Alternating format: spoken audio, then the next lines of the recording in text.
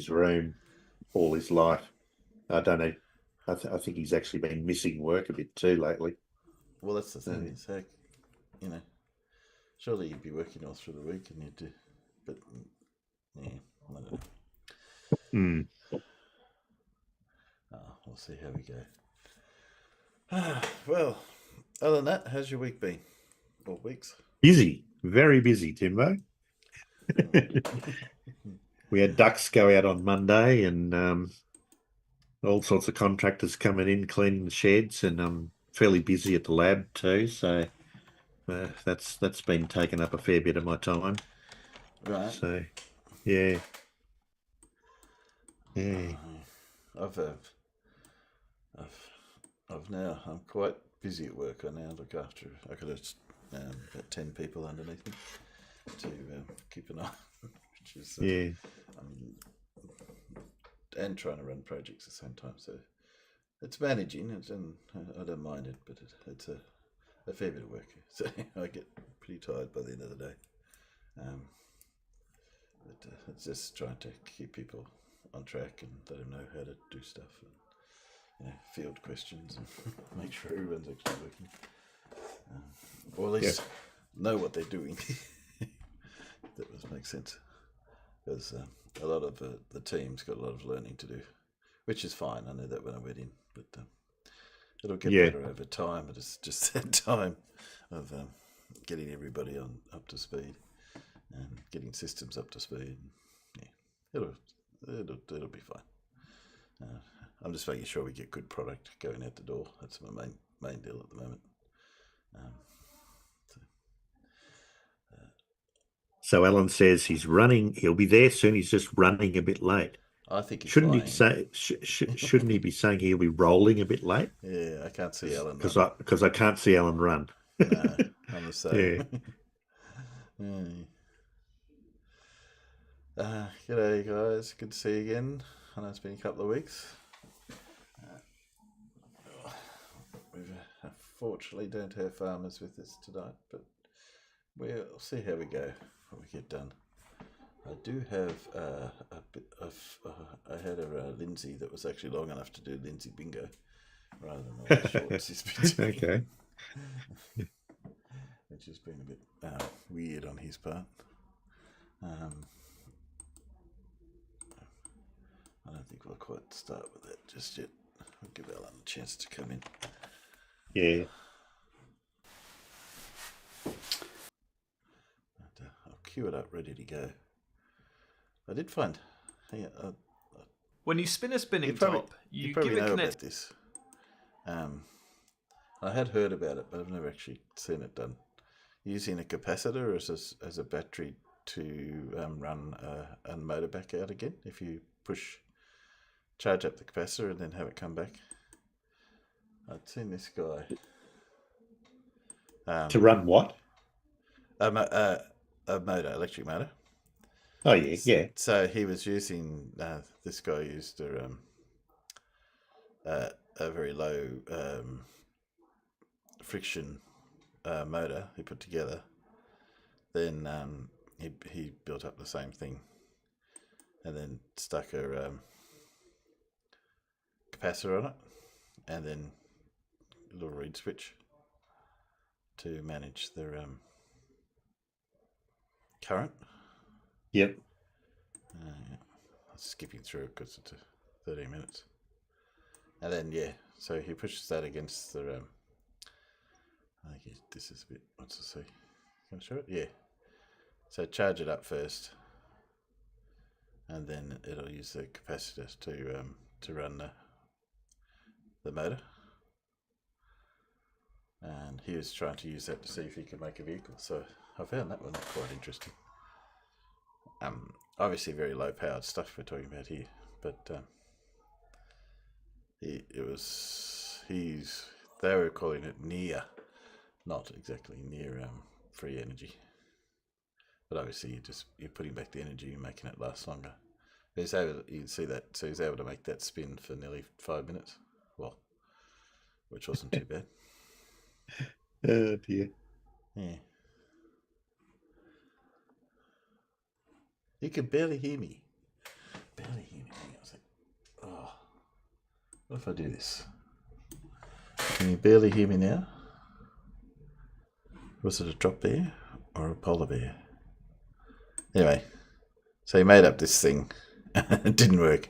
You can see he's even trying to put volt into it. He couldn't get it to run. So he came up with another design. So this thing, which he actually got functioning quite well. I thought that was quite cool.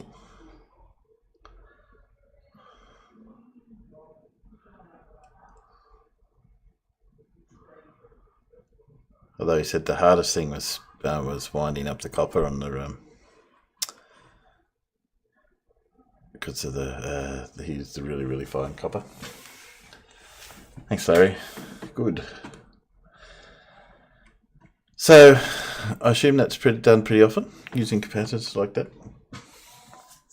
Well, yeah. I mean, capacitors are used on electric motors, especially to start. Just for storing the energy. So yeah, it's more just. Yeah. So if you're going to use, if you're going to make a energy recovery system, would you do that, or would you just go straight back into the battery? Do you think? Say, like if you're running downhill, then you want to recover the energy rather than using the power, and then use the power for going back uphill on the other side. Well, I mean, like you can use a capacitor to store energy, but I mean, you're going to need a lot of capacitors to store enough energy to get a vehicle moving. You know, any distance. So battery would just be just as good. Well, yeah, I mean, a battery's going to store a lot more energy than a capacitor. Yeah, Shadow Falcon saying that some race cars use capacitors for storage, energy storage. Yeah. Here's Alan. Morning. Morning. How you going?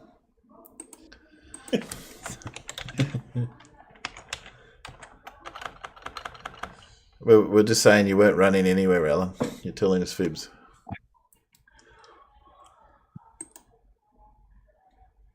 Well, I was moving around the house as quickly as I can go.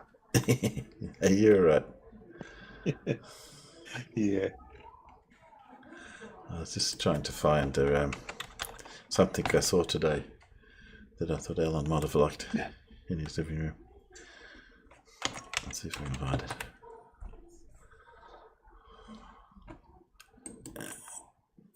I like those little Mr. Robotsuit toys that you. You like those? Timbo. I thought they were quite clever. Yeah, they're not cheap though. Yeah. Oh no, they're not. They're Well, I suppose they've got some pretty fancy components in them, you know. Oh yeah. Well, I think there's a little bit of programming in there, which is part of it. Yeah, and I suspect they've got a couple of sensors which you can't see because the way they react. Yeah.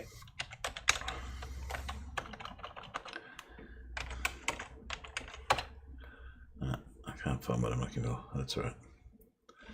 I saw today a magazine rack made out of a Boeing 4747 console, a 747 console.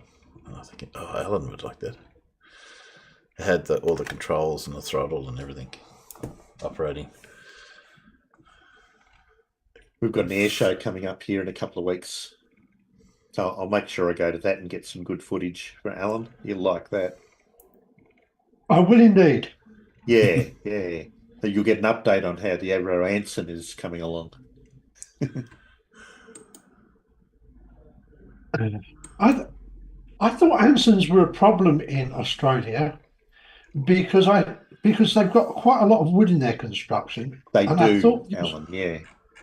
So I thought your government banned it. This one that they're restoring will never fly. It'll be able to taxi along the runway and all that sort of thing, but it won't actually fly because the wingspan, was originally made from one big long piece of wood that goes right through the fuselage. So both wings are like contiguous, but they couldn't do that in the restoration. They had to make each wing separately and attach it to the fuselage. So this one, because of that very reason, won't actually fly. It probably could fly, but they won't. They won't take the risk. Yeah. No. Yeah, I mean, it's funny. Most civil aviation authorities are relatively averse to known risks, aren't they? Yeah, that's right. Funny about that. Let's reduce it. Well, most of the time.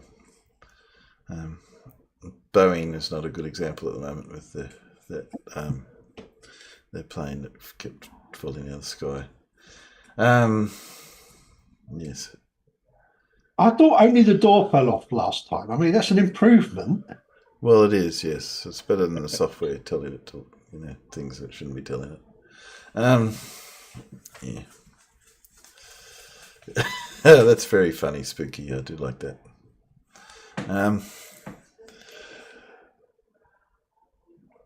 I don't know if you can see chat, Alan, but you might like that one.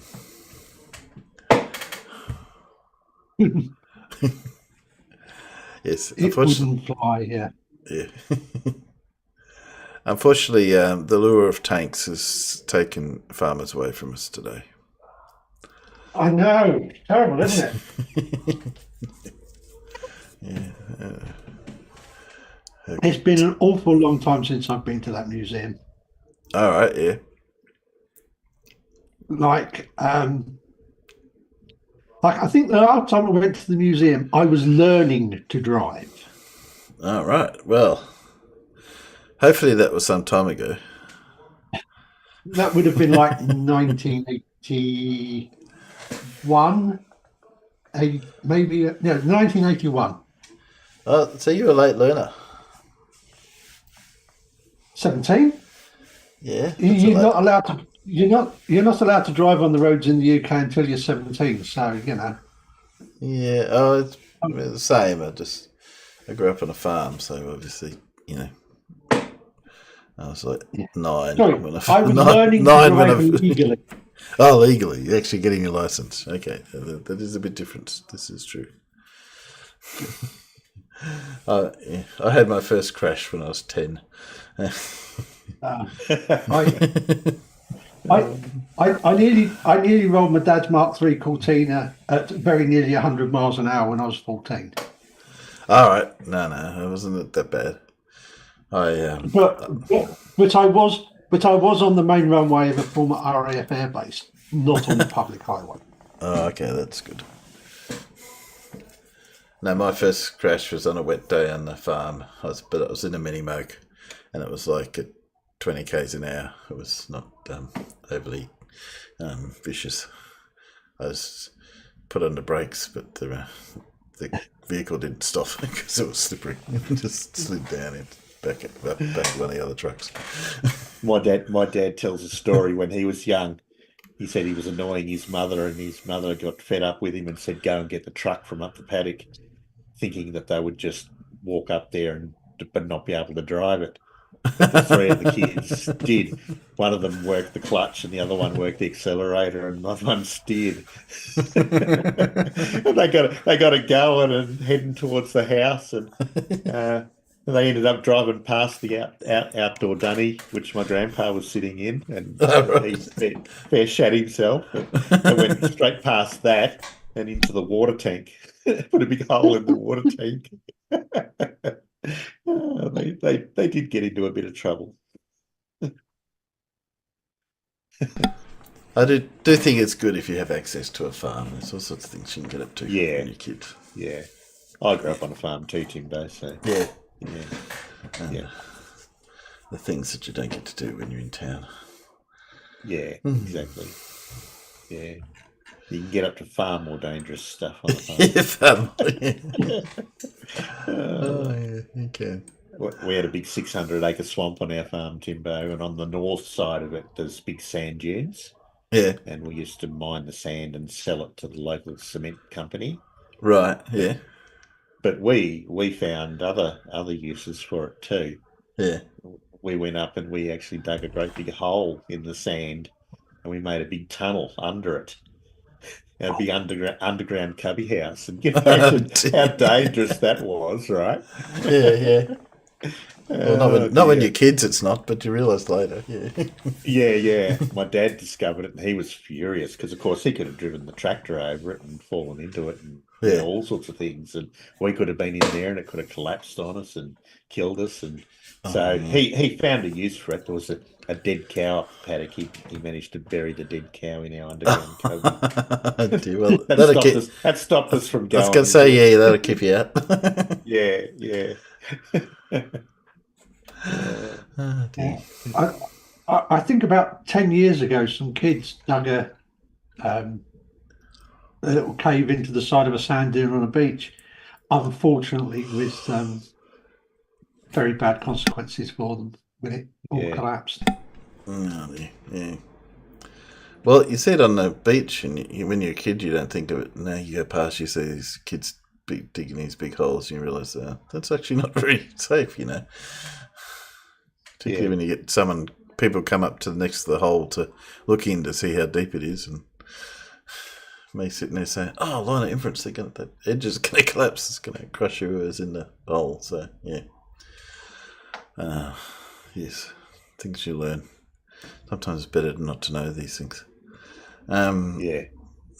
Yeah. Well, I haven't done Lindsay bingo for 3 weeks now, so there's got to be some withdrawal symptoms going on out there. Hang on. Oh, that one sort of worked. Hang on, I'll put another one. Might work. That one didn't work very well. My monitors have been feeling a lot better since you haven't been doing Lindsay. Well, yeah, I don't know how much longer we can do Lindsay, because he's putting out these little videos we can't really use. That second link works a bit better. But this one's long enough that we could play. So, drag that off there.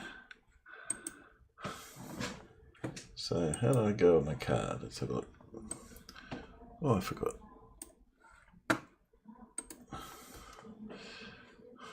Okay. Oh, it's not too bad. Let's just see how we go.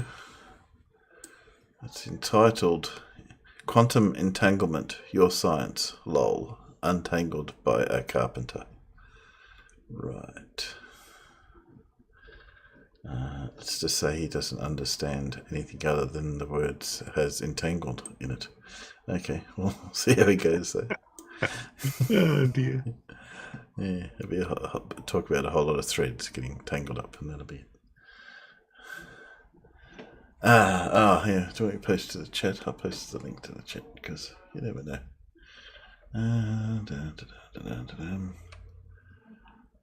Where are we?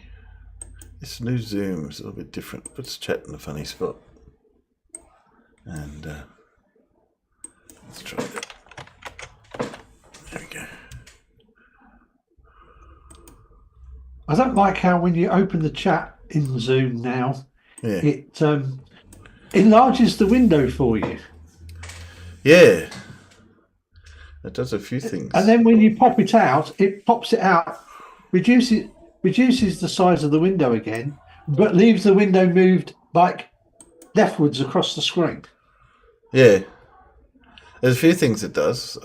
Because I've added a couple of menu items, you chat on mine isn't in the main menu. So like when you have chat as one of the first options down the bottom, everyone's going to want to have chat, but apparently not.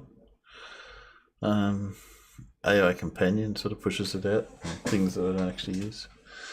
Anyway, it still does the job. It's just like any upgrade. Gotta get used to it, I suppose. Now, what am I doing? I'm making sure we're on Lindsay's feed. Okay, I think I got subtitles on. Turn the volume on. Okay, let's make sure you can hear this. Hi there, welcome to the Tomb of Illumination. Hear that so far? Yeah. Good. Okay, just checking.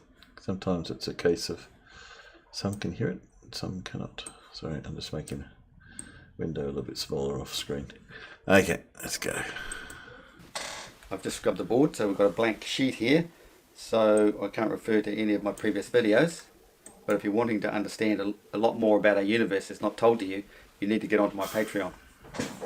It's only a minimum fee of $3.50 American a month. If you can't afford that, you shouldn't be spending any time trying to find the secrets of the universe. You better go and do something else. Anyway, for those who are searching, you need to, there's a couple of videos here that you might want to check out. Einstein's Quantum Riddle, full documentary, it's on YouTube. Einstein's Quantum Riddle. And I think the other video is this universe existed before the Big Bang. Now I've described all this in practical terms in relation to the flat earth system and understanding the 2D plane and the 3D projection. So you need to get on my Patreon to see those videos to understand what these guys are on about, because I explain it all. You know, they're trying to look for this what do they call it, unification in all their theories here. Well, I've cracked the whole system. I've got everything now. You can't even tell me what the quantum system is. entanglement, quantum mechanics.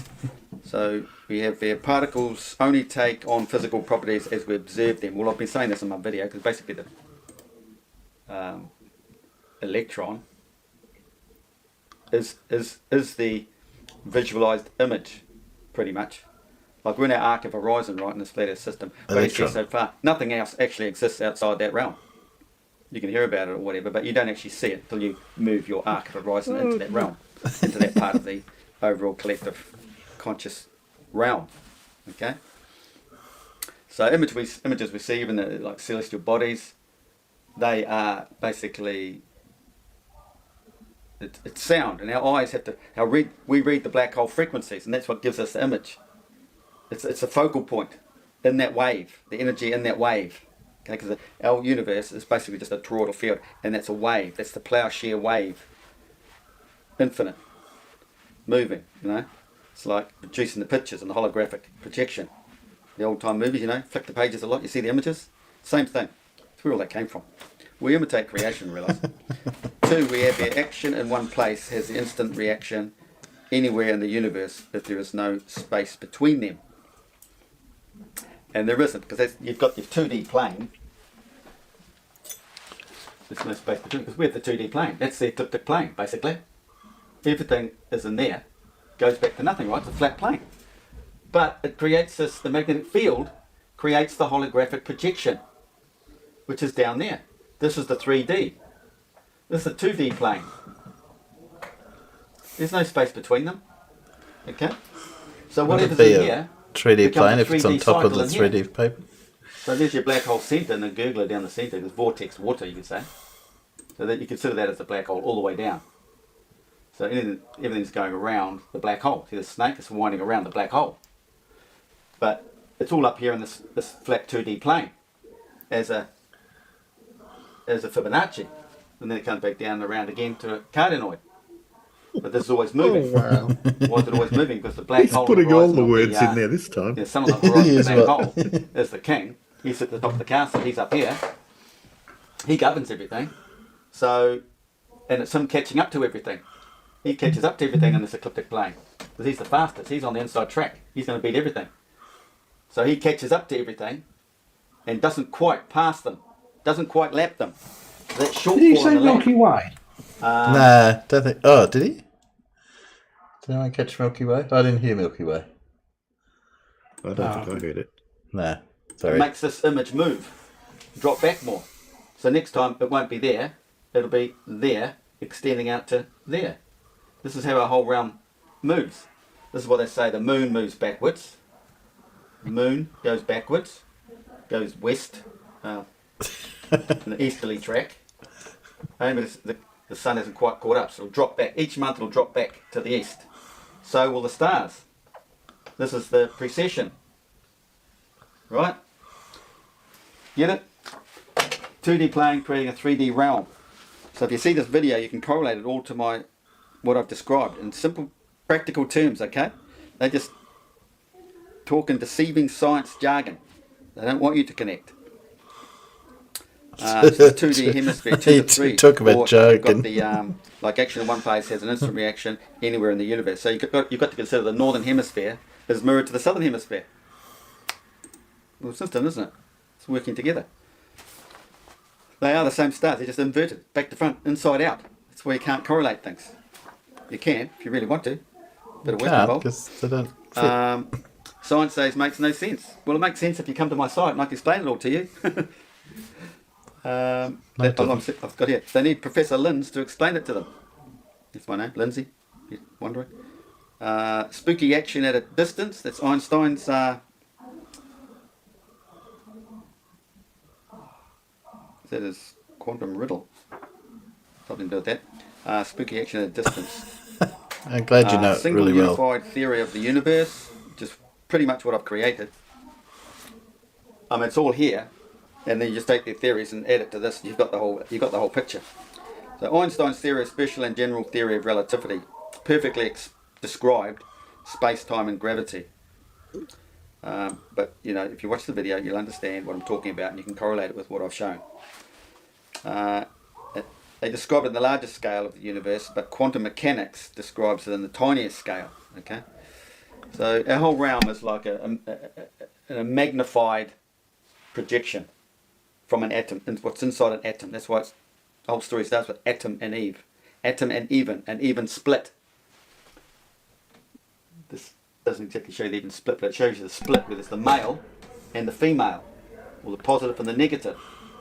I say the moon is a negative image of the sun, which it is, but that's only an electrical or magnetic concept. You don't go around telling everybody you wash your negative half, do you? Unless you're looking forward to some surgery afterwards. Yeah, okay. So that's what it is. You see, the moon is the other half of the sun. This is showing us the whole reunification system man on Earth has to seek. Reunite the sun, because the sun is male and female, X and Y chromosome. The woman's just the X. Okay, it comes from the atom, comes from man. Man is the initiator. Well, no, that's not right either, because it all comes from magnetism. If it says magnetic field, we're finished. So when you think about it, the flat Earth system. We could just say magnetism. There's your central vortex, the female. Look at that. Looks like You said magnetic field earlier. And you got this Did he? gap down here. Yeah, I've got it ticked off. Oh, there we go. I got bingo then. Thank God for that. Just when I was getting excited. He was just completely word salading there. I just loved the bit. Oh, that's all their jargon. That was just all he was doing. The whole thing. It was just all these phrases over and over. It meant nothing. G'day, Turin Test. Good to see you. It's all right. We're finished time again. Oh yeah. Yes, that was a bit weird. I find it interesting. He must be. Maybe he's getting a little bit more money from Patreon. I don't know. He's been pushing a little bit. I don't know. Do you seriously think anyone's Patreoning him? Oh well, when you look at his comments, you look at some of these people, you think, well, some of these people actually think he's. Yeah, although I suspect this one what isn't paying for Patreon. At which point did you untangle something? Made it worse. Yeah. Well, there you go. To be honest, I haven't read any Lindsay comments for a long time. No. Often I went in, he didn't have comments, so he actually has some the comments I can see now. I know that Farmers was putting up a few things and getting responses, which not from Lindsay though, but from his other people. Yeah. Oh, if I put any comments up there, they get deleted pretty quick.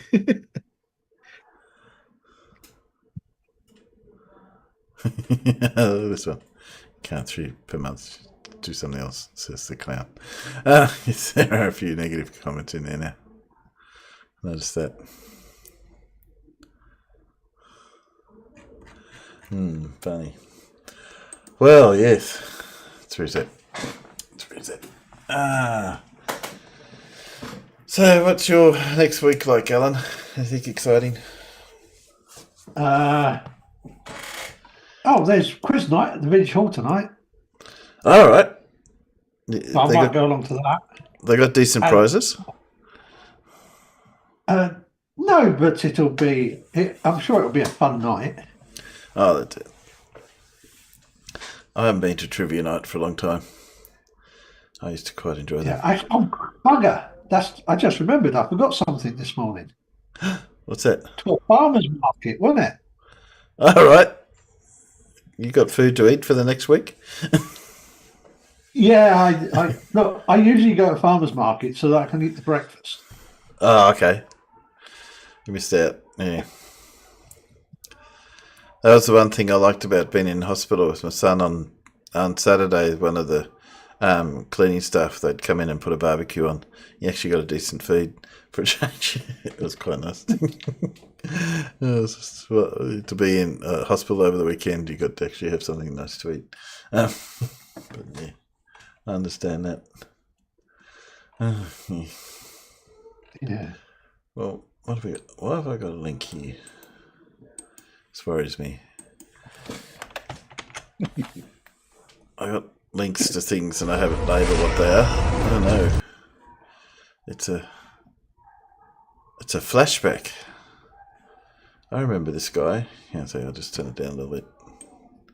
This is it's coming from Flat Out Truth, but he just often posts other people's videos, so that's no big surprise. The transition is this guy. I remembered, not this guy.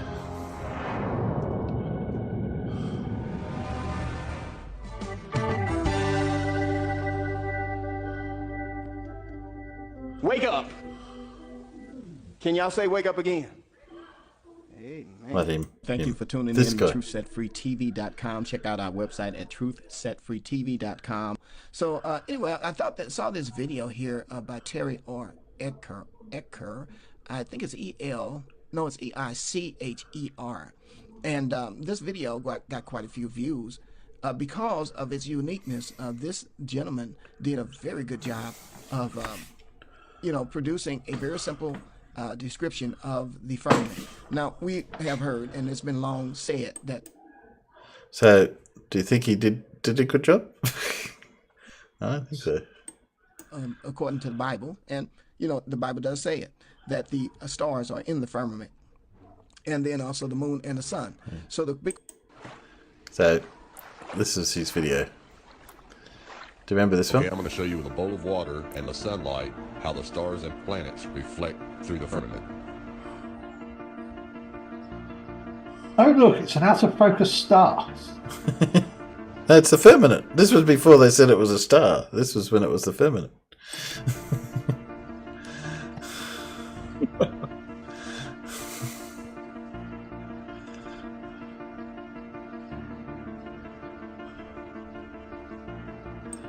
Discovered that the sun reflects off water. Okay. And let's play that for the next minute and a bit. Now let's have a look at the stars and the planets through a real telescope in comparison to the demonstration I just performed.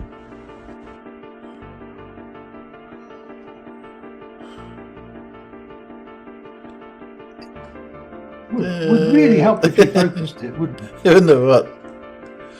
I mean, especially as he's using an actual telescope with actual manual focusing capabilities.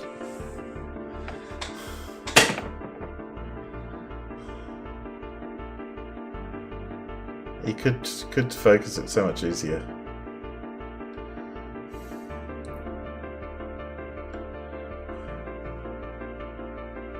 That one's really bad, that one.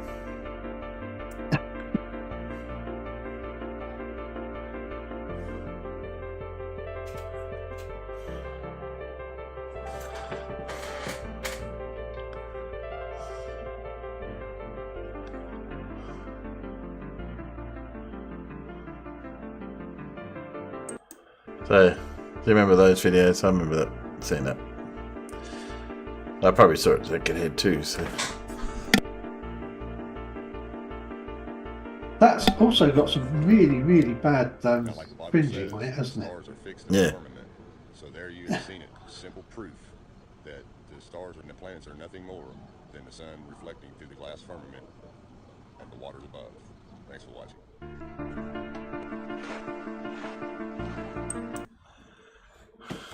Yeah. Not much proof. Let's say I wasn't convinced.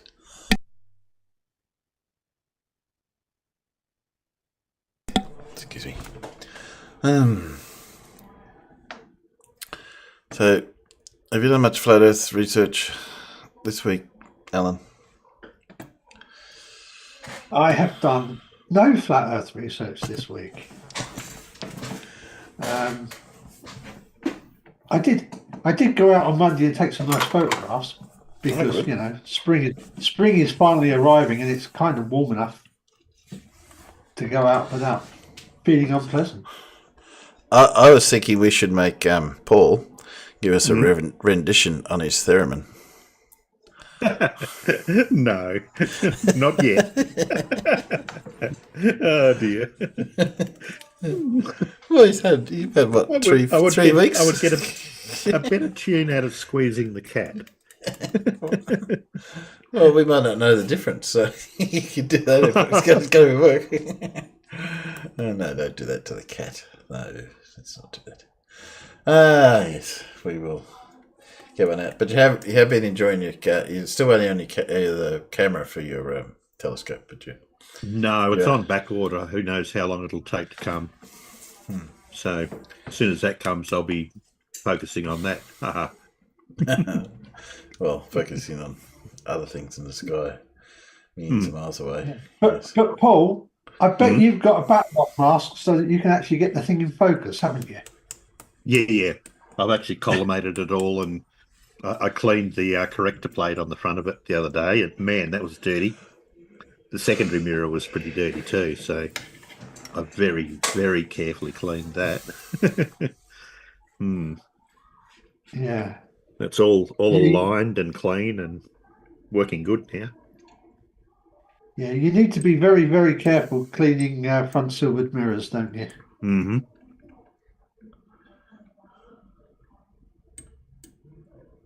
Sure do. Now, Paul, you were going to post a question to everybody. What's that? You were going to post a question to everybody. Oh yeah. So you've got this Flurf researcher, right? And he's using a lens to simulate the atmosphere, and he's investigating why things disappear bottom up. Okay. So he uses a candle and a lens, and he produces an image of the candle on a white piece of cardboard, right? All fairly simple and good. And then in his efforts to investigate why things disappear bottom up, he gets some duct tape and he tapes off the bottom half of the lens. So he covers the bottom half of the lens with the duct tape. What effect will this have on his image on the white card?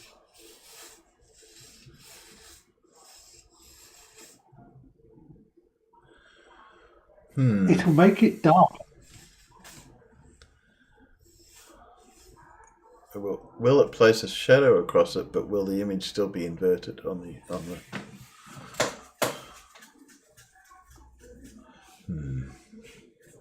What do you think, Timbo?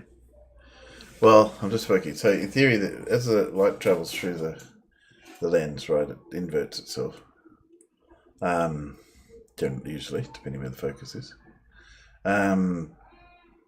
If you put tape across the bottom half, you're cutting off half the light source from travelling through the lens.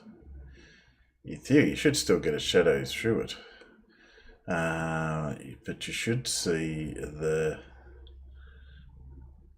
I'm trying to work out if you'd see the bottom or the top of the original image.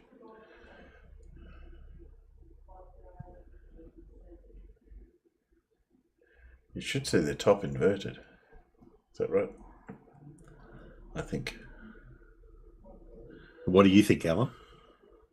I'm going to go with it will be one stop darker, i.e., it will be half the brightness. And why would that be, Alan? Because the lens doesn't actually care what shape it is around the edges, and you can cut it in half and it's still a lens. Exactly. All right. Light from every point on the object passes through every part of the lens to be focused at a point on the image. Right. So it doesn't matter if you cut off half the lens; it's still going to focus. The remainder of the lens is still going to focus, and from every point on the object to make every point on the image. It's just there's not going to be as much light because you've blocked half the light. Right. And so Alan's fair. right. It will be one stop Darker. So it'll be half the brightness here. Although, of course, if you've got out of focus highlights, they can get very funky because they will take on the shape of whatever aperture you get from the lens. So they would then become semicircular. Yeah. You would assume that he's bright enough, but then again, that's a big if, isn't it? With a flirt. He's bright enough to focus it properly. But then again, given history, that's not such a good possibility, is it? Focus is a bit difficulty for it. They do have difficulty focusing, don't they? Indeed. Yeah. As we've just seen. Yes. Well, I've got here, this is a little comparison video of two videos. Both come up on my feed. This one is from Flat Out Tests on how to use a right angle triangle. So you might just suffer through this a little bit. Today, for people interested in using the right triangle calculator, it is a very useful tool. It doesn't matter if We're you are not rusty seeing in it, trig although that might be or a if good you are a thing. whiz in math. It should be helpful to everybody. You haven't missed I'm going anything to break yet. it down and put it in English for everybody to understand. So by the time you're done with this video, you should be able to get the angular sizes to things and distances.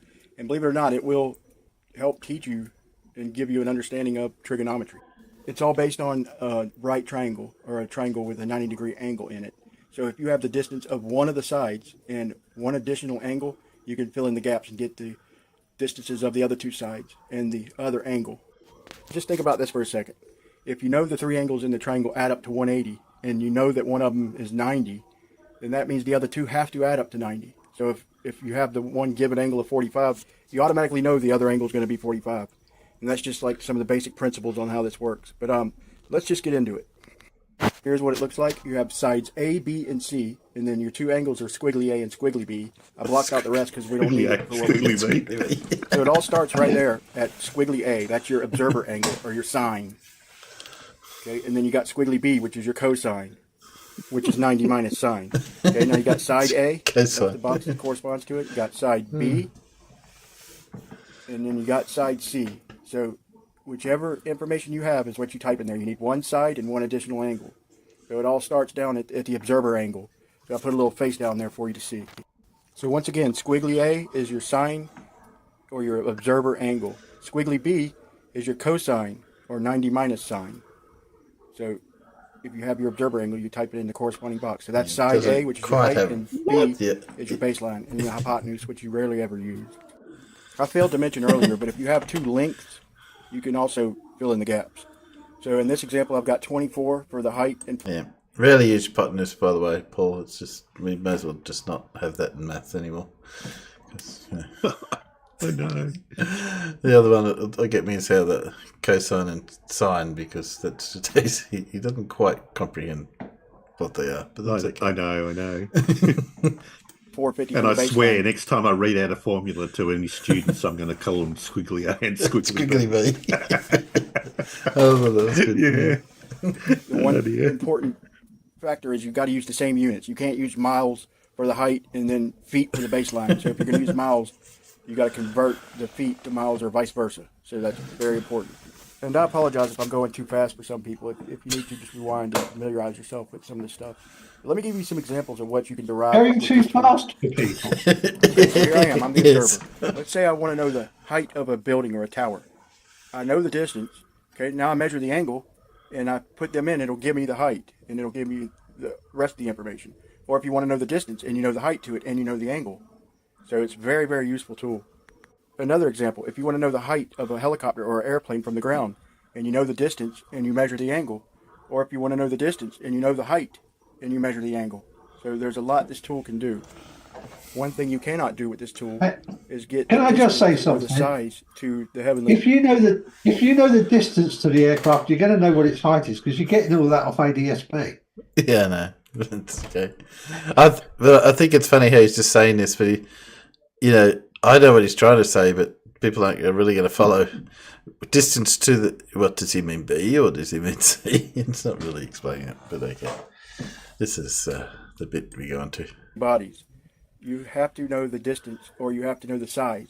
If you have neither, all you could get is the angular size. That's all you can do is measure the angle. And you can do fuck all with an angle.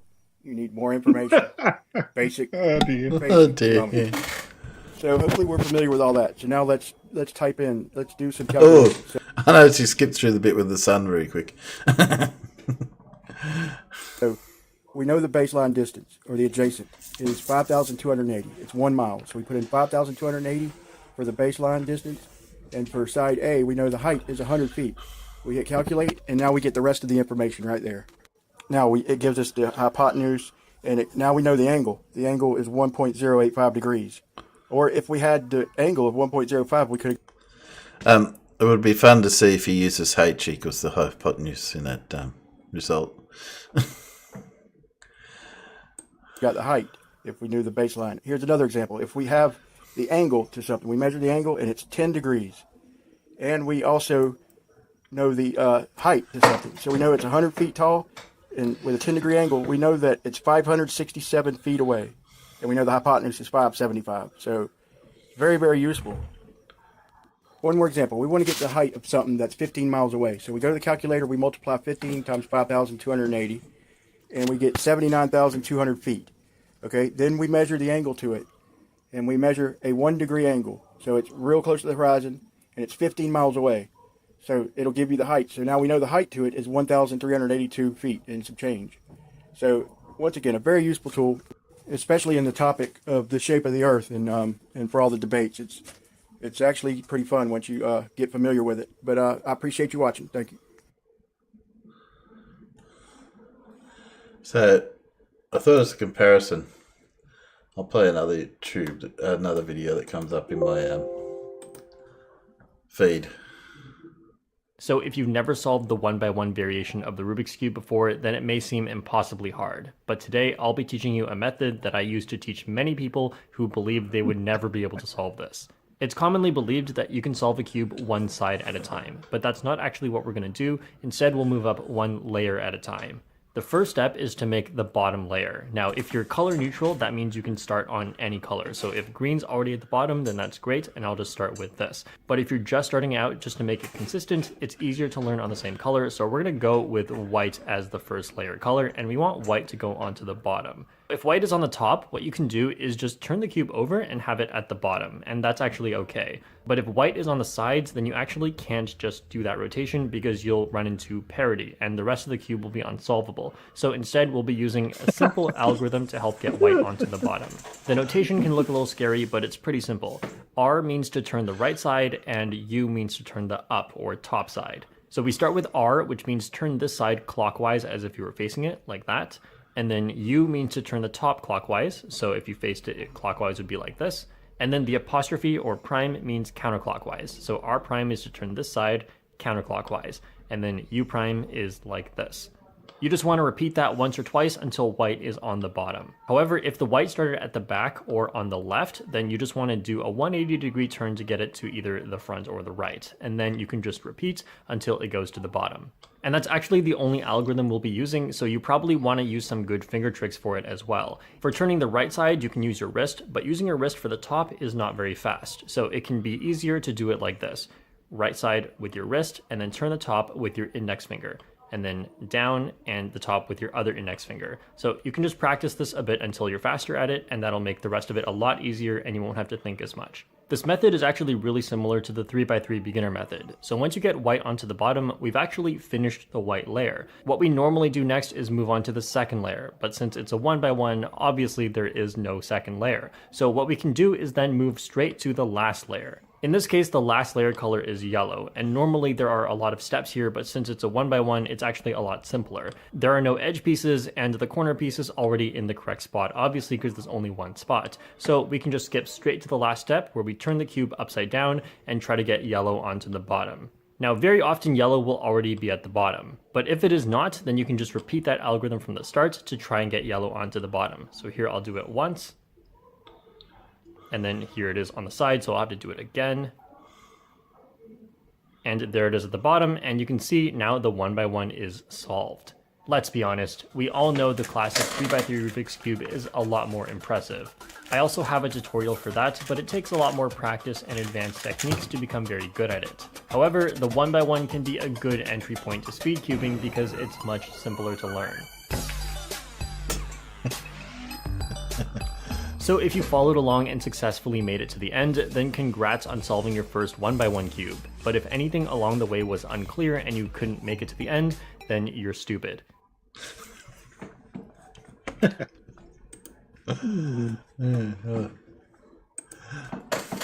like him. It's fun. There you go. I thought that was a good Sounds comparison. like it's aimed at about your angles level. I thought it was a good comparison. Yes. So, it's a fun figure. I've actually got some dirt. I don't usually play dirt. Yeah, but I started to play this when I was looking through videos. I reckon the most fascinating bit of derp I've heard all week came from your angle. You know the one already, don't you? That I'm going to say. Do I know that? What is it? Come on. Well, his question he wanted to pose to everybody was, if you can see the moon in daytime, why can't you see the sun at nighttime?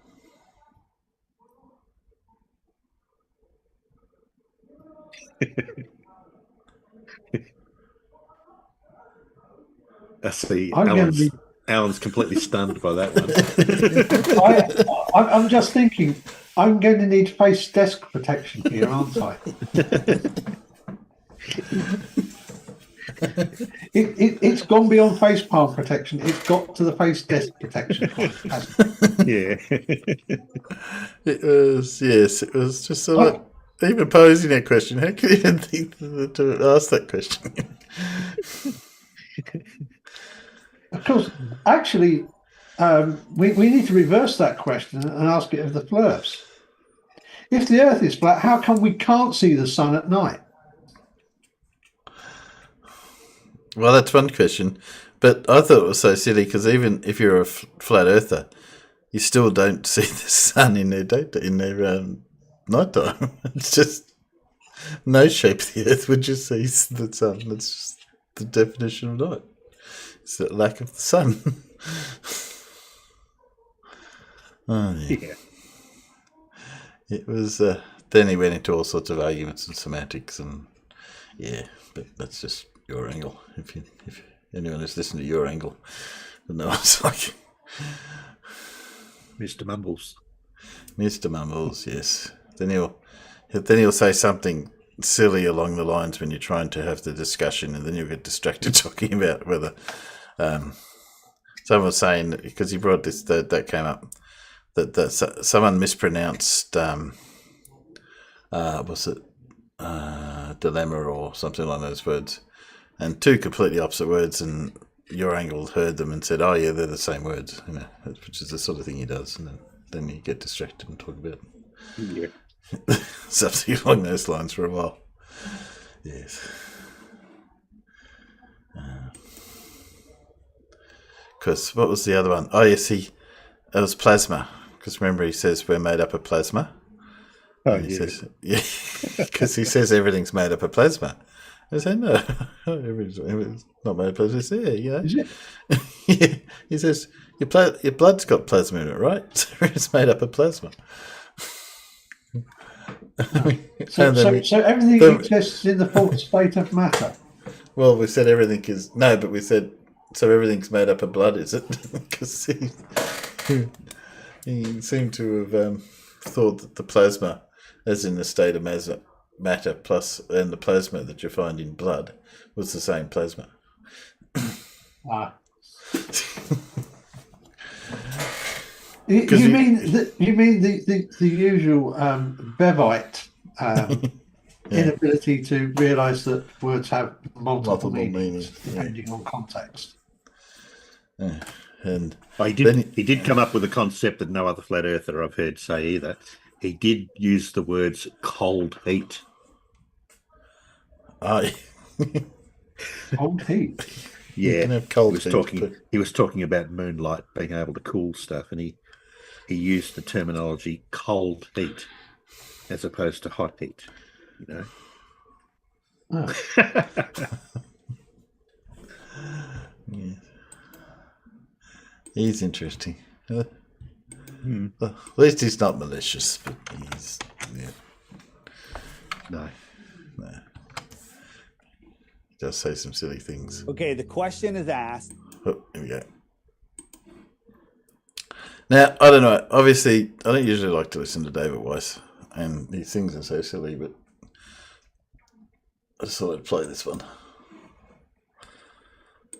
Okay, the question is asked, how can a 3-foot wave block a giant ship from a 6-foot tall man? So here I have a bunch of pencils on the floor. They're going all the way across the room. You'll see them a little better as they go down. And you see the space between them is equal. But as I go down, the spaces get compressed. The spaces are still equal. But anyway. Go all the way down. We see basically from here to the bottom of the screen is about the same as all of the other 30 spaces, however many there are, right? They're all getting compressed. Now, if I got another pencil and put it on top of, let's say, the 5th pencil from the end, it would block all of the other pencils. No, it wouldn't. Here we have a 6-foot tall guy. We have a 3-foot wave, and this is his line of sight over the wave to where he can see the water. And there's a small gap in between the wave and where he can see the water. Now, we live on a flat earth. A 6-foot tall man looking down at the water is looking down 6 feet. If he looks down at the water here, he's looking down 6 feet. Out here, it's still 6 feet below his eyes. But the angle changes. So let's watch what happens. We move that wave out and look at the gap between where he can see the water and where the wave is. It gets longer and longer. Look how wide it is now.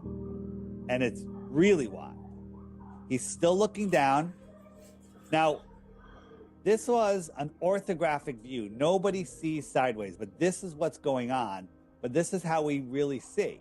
And again, here's an orthographic view again. So we got our boat right here. We got our guy right here. We got our wave. He's blocking the bottom of the boat, but he could kind of look over the wave a little bit. And if we put the ship boat's out got here, shorter, smaller all of a sudden. See the whole ship down to the water line. Farther out, he can still see it. He can still see it. How dishonest is that? Oh my god! Why is the boat getting smaller all of a sudden? Yeah. He's used perspective in an orthographic view. Yeah, that's right. Oh dear. You can still see it. Makes perfect sense. So now I move No, it doesn't. It doesn't make perfect the wave sense. way out here. Now, even though it's smaller, it's still 3 feet above the flat. But I think the funny thing, even in Storicam, you can still see the bottom of the boat. Yeah, I know. And let's take a look. So here's our perspective grid. It gets this amount of information. Let's say this is 1 mile, right? 1 mile. That's a mile. That's a mile. That's a mile. those miles are getting compressed more and more and more. If I zoom in, The miles are getting shorter, are they? Yeah. In an orthographic view, the miles are getting shorter as well. But that 3-foot wave has suddenly got taller. it's a mile. Yeah, suddenly it's a and mile it's getting wide. compressed until they're literally on top of each other. So when a ship is out here, so let's say it takes 10 minutes, 15 minutes to go a mile, right? 15 minutes, 15 minutes, 15 minutes, 15. Each one of those is 15 minutes. So when it's out this far from your point of view, it's not going to move very far in your visual space. It's still going a mile, a mile, a mile, and a mile, but it's staying relatively in the same area. It's just going to get smaller and smaller. This is his line of sight. He can't see the water until over here. So the ship will just shrink and get smaller and smaller. And because all of that distance is compressed into this small space, the boat system gets smaller and smaller and smaller, and it's not really going to move farther in your visual space. It's just going to disappear. This is the trouble. The people that can't understand how ridiculous this is. I know. That that bottom yellow line is the 6-foot line. Why is this sudden wave suddenly be able to reach the bottom of that line? Did it grow? And the ship that was whatever so high over here suddenly is not that high. It's this tiny little ship. Even rules of perspective doesn't apply to him. The entire boat can disappear behind. Yeah. Then he just goes into advertising for his app for the next rest of his video. So I give that a miss. I usually put him on, but that was just dear. You always wonder, how do they justify it in the mind? And you can say, well, if you could believe that, you could justify anything. So, how do these people coordinate their hands and mouth to be able to feed themselves? Yeah, sometimes you wonder. Sometimes I think that must be something based on instinct and not a learned response. Yeah. Or they just got damn lucky. Yeah. Oh, well, I think it just goes to how low, just for basic living, you don't really, you can get along with not a lot of sensibility. So, to go on a diet, you've just got to move your food further away, smaller portions. Right. Yeah, that's right. Stuff like that, things like that. What was this? Someone was trying to say that the flat earth is just thinking intuitively. And I'm thinking, no, they don't. It's definitely not the right word for it. I think they were trying to say they're intuitive rather than logical. But they think more with the... No. I wouldn't call it intuitive. Speaking of not calling intuitive... Most of modern day science is very non-intuitive. Yes. Yeah. Just proving the static electricity here on Earth. A flat land. There's nothing in here right now. See that?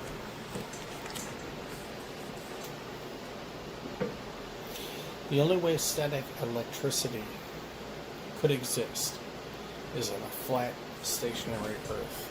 What? What? Yeah, that's obvious, isn't it? I mean, it's just like so obvious that one follows from the other. I mean, it has to be. Yeah. Oh dear. You need a flat baseline for static electricity, do you? Apparently.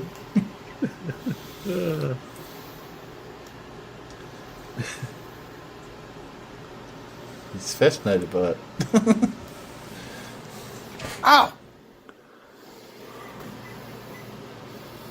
I was hit by a pillow.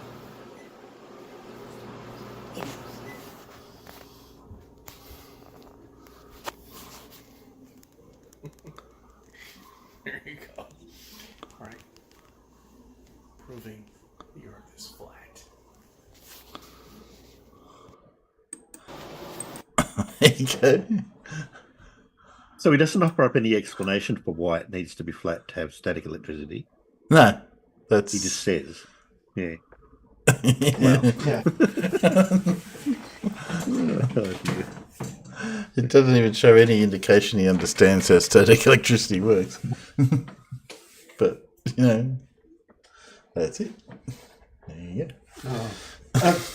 I did have one with a flirt since, I'm pretty sure that's since the last time we spoke. Probably, it's been a while. Flirt thought that Doppler radar could... Oh, no, sorry, it wasn't a flirt. It was a geocentrist. All right. Yes, important difference. Thought that Doppler radar would help his case until I read what he posted. And you have to understand that this is somebody who just posted memes. All right. Yes. And scanned bits of various stuff that obeyed the first law of Tudor's first law of Flirt. You know, it's wrong, or he's just interpreting it wrongly. But yeah, and you could tell that the stuff on Doppler radar was not very well written. Right. Yeah. And when I called him on it, he instantly dropped it. And then it got pointed out that it looked somewhat like ChatGPT had written it. I don't know, because I hadn't seen enough ChatGPT to be able to tell. And yeah, he actually admitted that he'd got ChatGPT to write it for him. Ah, dear. This is But of course, he didn't understand it that badly that he didn't realise that ChatGPT had A, got it wrong, and B, it was not helping his position anyway. Yeah, that's the trouble with ChatGPT. People don't quite understand it. They think that it's somehow telling you. It just tells you how it thinks. It doesn't necessarily right. A bit like Wikipedia. You gotta be able to work out whether what they've been told is sensible or not. Well, I found you out in the street, Alan. Apparently. Found me out in the street. Yeah. Doesn't this look a bit like you with with the ChatGPT is the smartest. Doesn't this look a bit like you with your mobility scooter? No, it's all right. Obviously not, Alan. Yes, I don't think. But this is in Britain somewhere. Yes, he's actually outside a Lloyd's Bank as well, with I think a post office opposite him. Yeah, so. Or at least it's a building that's got a Lloyd's Bank night safe in it. Yeah, over here. Yeah. I don't know where he is. It would be interesting. Would you go up to him if you saw him in the street, or would you just walk by and ignore him?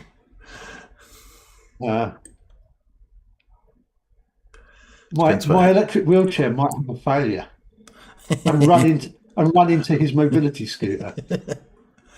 Just sort of have a little run in.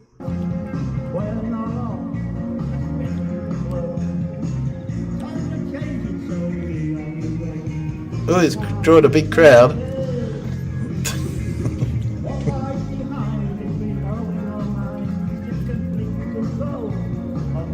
Actually, I think that might be Ireland, not. Oh, could be, okay. Because of the branding on the post office. Let me spin it back. Because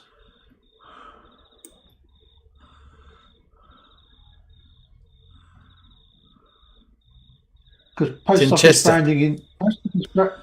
branding in the UK is red and white. Chester, apparently. Oh. According to the title.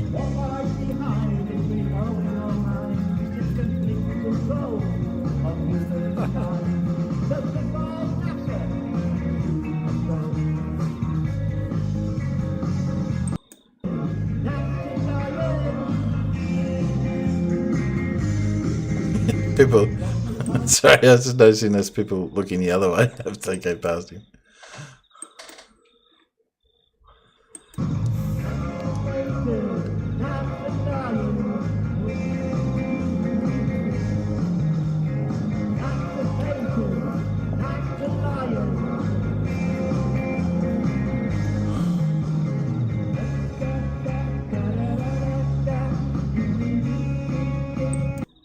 There you go. So we come across him. Apparently, he's also got NASA's UK's top alternative newspaper. Somehow I don't believe that. But anyway. Well, I don't have a lot more. I've got a link to Bev here, but I have a feeling it's something we've used before. Let's have a look. It's time-stamped. The circumference. Ah, this was Pi Day. Yes. I think we talked about Pi Day. Did we talk about Pi Day? No, it was Pi Day the other day. Well, only in the US. Yes, that's how I see it. It doesn't work anywhere else. I think we may have talked this offline when we met up at Blues, and Bev making a statement about over the diameter as a fraction, it's a ratio. C over D, if you want the algebraic form. C being the circumference and D being the diameter. Now, we've been going on about this for a bit. And whenever you hear anybody talking about a circle, it will be this pi ratio will always come into effect, because it's every circle. You've heard of the area, pi r squared, and there's a lot of things that use pi. Now, within this arena, that pi denotes a straight line, really. It's about the ratio of the straight line to the curve. And there's no better understanding between these two, because they're directly related. This diameter being a straight line and the circumference being the curve. It goes to the fundamentals of mathematics all the way back, as far back as you could go. This has never changed. People represent it as a number. Obviously, that's why it's the 14th of March, 314. That's where pi comes to in a numeric value. But that numeric value is what they call transcendental, meaning, well, I think it was Kant. Was it Kant? Yeah, that called it transcendental.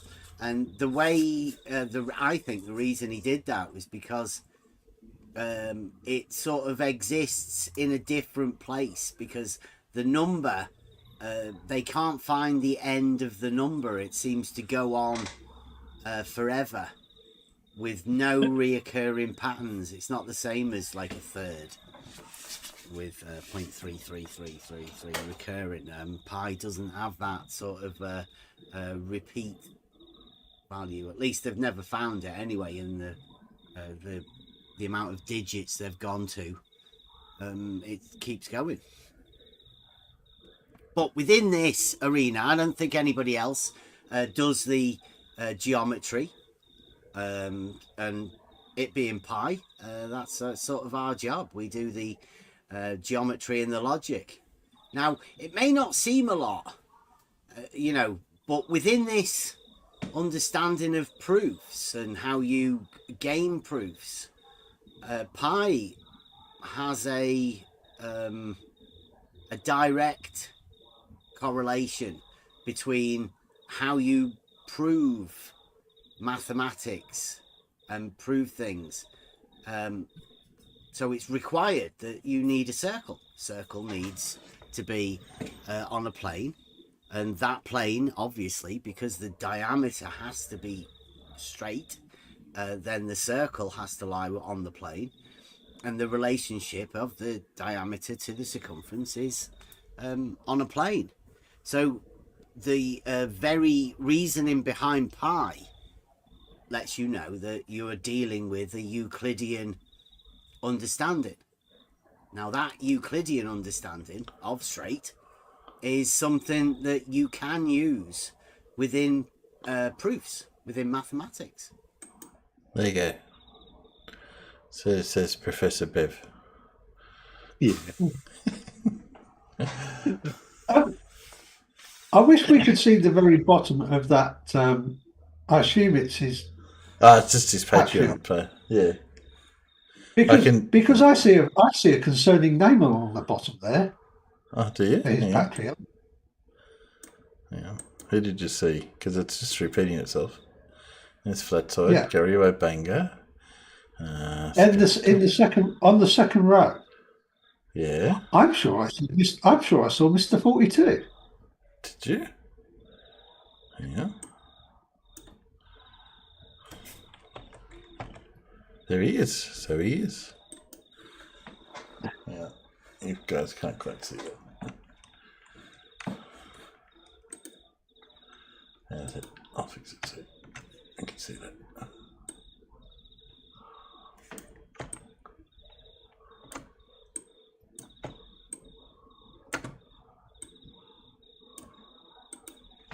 Yes. Mr. 42. Yeah. And Reggie. Well, and Reggie. I'll have to ask Mr. 42. Who, of course, is no longer a flirt. No. Seem to have moved on from that. Although she still has a few questions, but yes. Flatside perspectives in there a few times. So, yeah. Obviously, it's just repetitive. But the great thing about Reggie now is she has questions, but she at least listens. She now listens to the answers, doesn't she?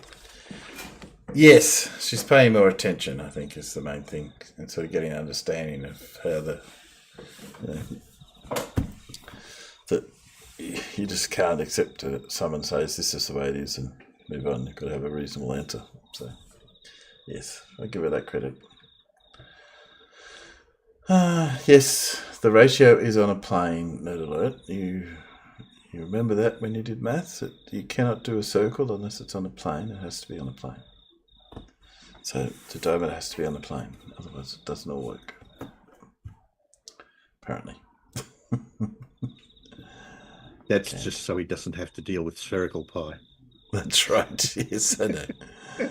If you cut a circle, then and it forms a circle. It can't be a circle till you take the rest of the sphere away. Then it can be on a plane, and then it can be a circle. So, yes, ridiculous people that they are. Well, I'll probably have a fairly short thing tonight. We don't really have a quiz or anything tonight, I'm afraid. No, I've been too busy. I've also been a bit busy. I haven't got anything together. I do have an IQ test. We could do that in a sec. But it was the one that they have bad answers in it. So what I did want to play, it's an Everett. I got an Everett. Let's put.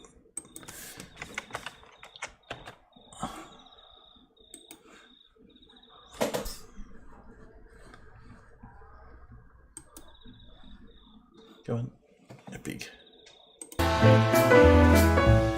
this is a 1982 Gleason map. Again, they are not showing anything beyond the ice wall. So this right 1982 Gleason map. 1892, I think she meant to say. here, the Antarctic Circle, that's the ice wall. The claim is that it's scientifically and practically correct as is. I've fallen on my head 100 times, and you don't hear me crying, I can't think, I can't think.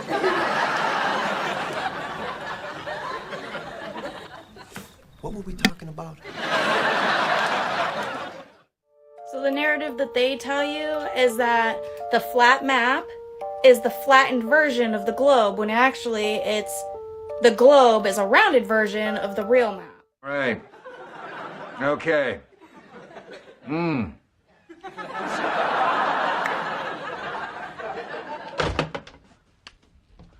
There ain't a single image that they've produced that ain't Disney cartoon CGI crap. Can I help you? I was wondering if you could help me. I'm looking to buy a painting of a disappointed horse. A disappointed horse? Yes. Why is it that so many people believed flat Earth before, and now all of the sudden it's a ball? How about this one? That horse looks more perturbed than disappointed. If the sun was really 93 million miles away, we wouldn't see angled sun rays. This one? The horse looks disappointed, but not because it received bad news. It looks more like it was disappointed because it had high expectations in life that have remained unfulfilled. All of their rockets are launched into the ocean. Oh, would you look at that? Put it right in our face. Did you know that NASA was partnered with Disney? No, I wasn't kidding. How about this one? I can see the disappointment. I can see the frustration. But I can also sense a flicker of hope that things may get better for this horse. And that really isn't what I'm looking for. As for the edge, there is no edge. This is the ice wall, and it's a 200-foot wall that holds in all the water. These images are taken from videos that were flown across the edge of the Arctic Circle.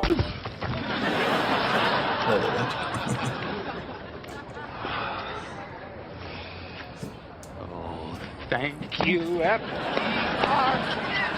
All right, now we're even, huh? I stuck a rock in there too. I felt that. All right. Now, if you haven't heard of the Antarctic Treaty, it's a treaty that 27 nations have agreed upon that we are not allowed to break. So in conclusion, there is no edge, there's more land and more resources that they don't want us to know about. I've heard it all before. You don't want to hear me, but maybe the others do, especially the newspaper people.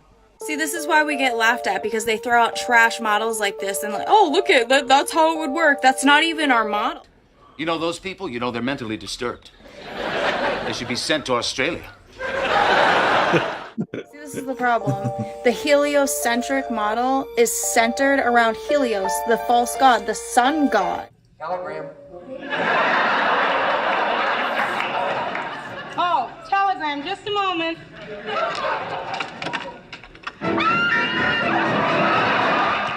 And when you Google flat Earth, this is the crap that they give you, thinking that you're gonna fall off the Earth. The Earth doesn't end, y'all. We have an ice wall that nobody can measure the Earth, and it says that in the Bible.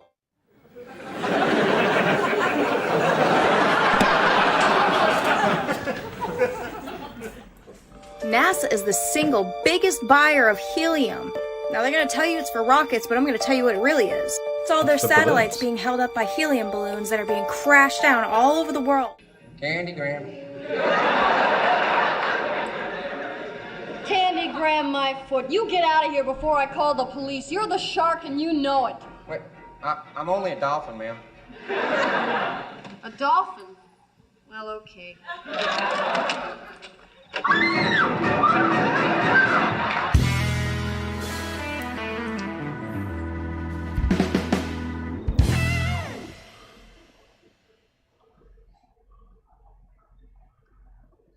Yes. You're right, Alan. There's not many pages in the Arctic Treaty, and I very much doubt she's read it. So. Wait, I remember we once read it in full on a stream. Oh, yeah. At some point. Doesn't take long. Doesn't mention anything about, anything of this stuff. You know, it's from, where does it say such and such? No, it doesn't. Just quote somebody else's thing.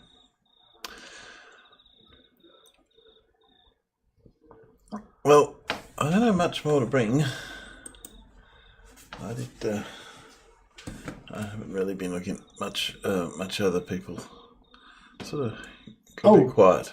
Yeah, go on. When do your clocks go back? I paid for mine, so I don't have to take it back. It just gets to stay here. It's early in April, a couple of weeks yet, Alan. Okay, so because ours go next weekend. Next weekend? Yeah, next Saturday. Ours go back. Okay. Sorry. Next Saturday, ours go forward. All right. Yeah.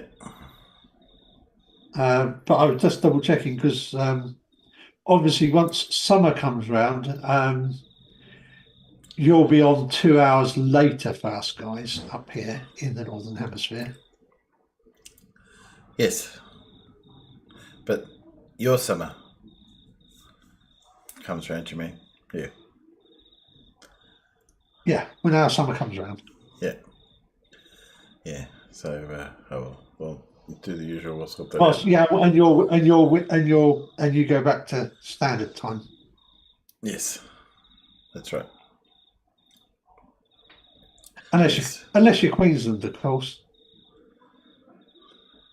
Well, no, we'll end up with Queensland and everyone back to normal time or normal differences in a few weeks. A few weeks? Yeah, so we'll go back to Queensland doesn't do summertime, does it? So yeah, so we'll go back. We'll go back to their time, arguably. Sunday, the 7th of April, Alan. Yeah. Right. So the East Coast will all be at the same time when that happens. Yeah. End of banana time, as my stepfather would say.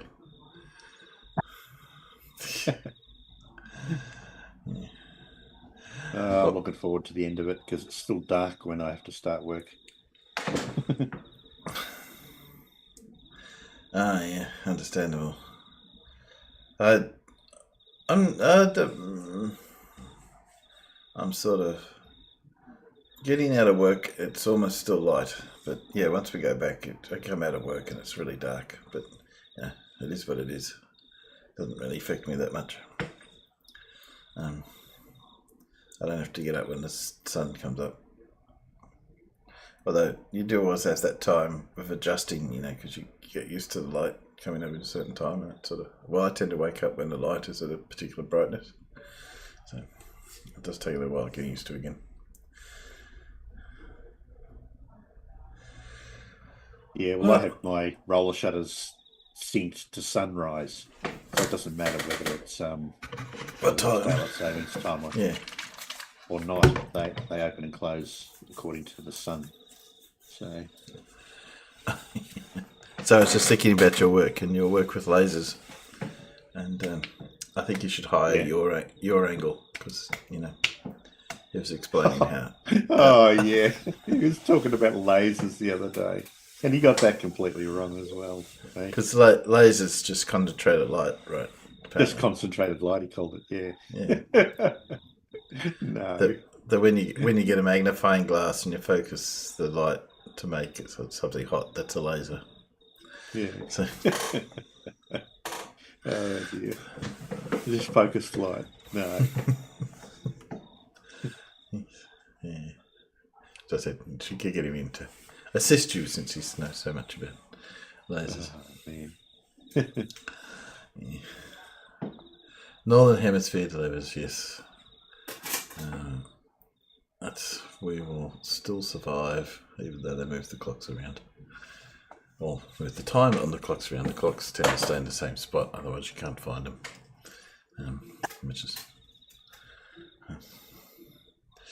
Well, that's about all I've got. I gotta admit, I haven't had very much.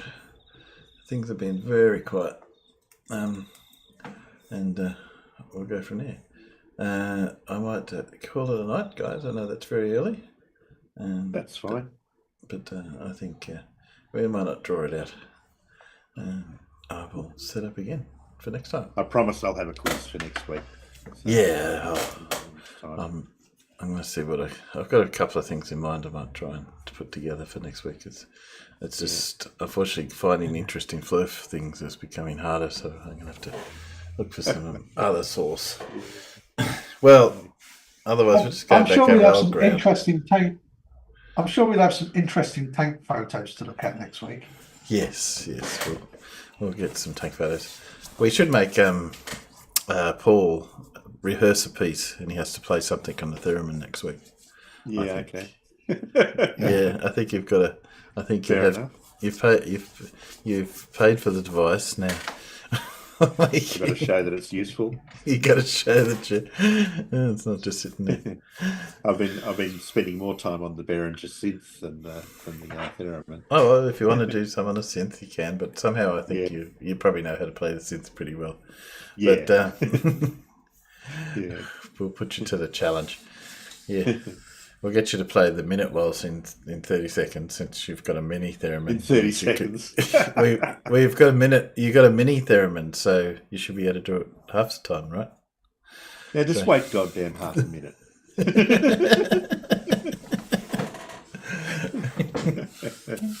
Yeah. So anyway, don't have to be that. You don't have to play it all, but they'll just put that little challenge. Yeah. Yeah. No, that's fair enough. See if you can. I mean, I did throw down the challenge to Merle once to play something on his guitar. I regretted that. Man. Yes. And I saw him trying to play his bass the other night too. Oh, he has this thing. He gets online and he picks up his bass and puts it on, and he plays it without plugging it in. It's so weird. Just getting that music bump. Is that potentially a good thing? I mean, can he actually play it if you can hear the sound? No, he can't play it. So him not plugging it in is actually a good thing. Yeah, probably. Well, thanks for coming, Clive. We're just about to end the show, actually. Sorry about that. I haven't got a lot on tonight, so I was going to have an early one, but we will have another one next week. And we'll catch you up then. Okay, well, I'll not drag it out. I will see you guys later on. I'll put a request in for Flat Earth videos. Yes. Maybe I should send an email to all the usual crowd.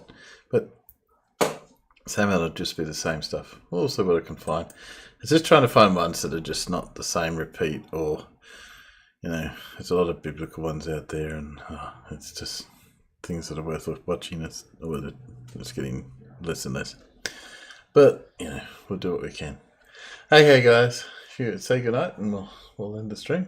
I'll see you then. All right, good night. Good night. Good night, Peanuts. See you then. Thanks, guys.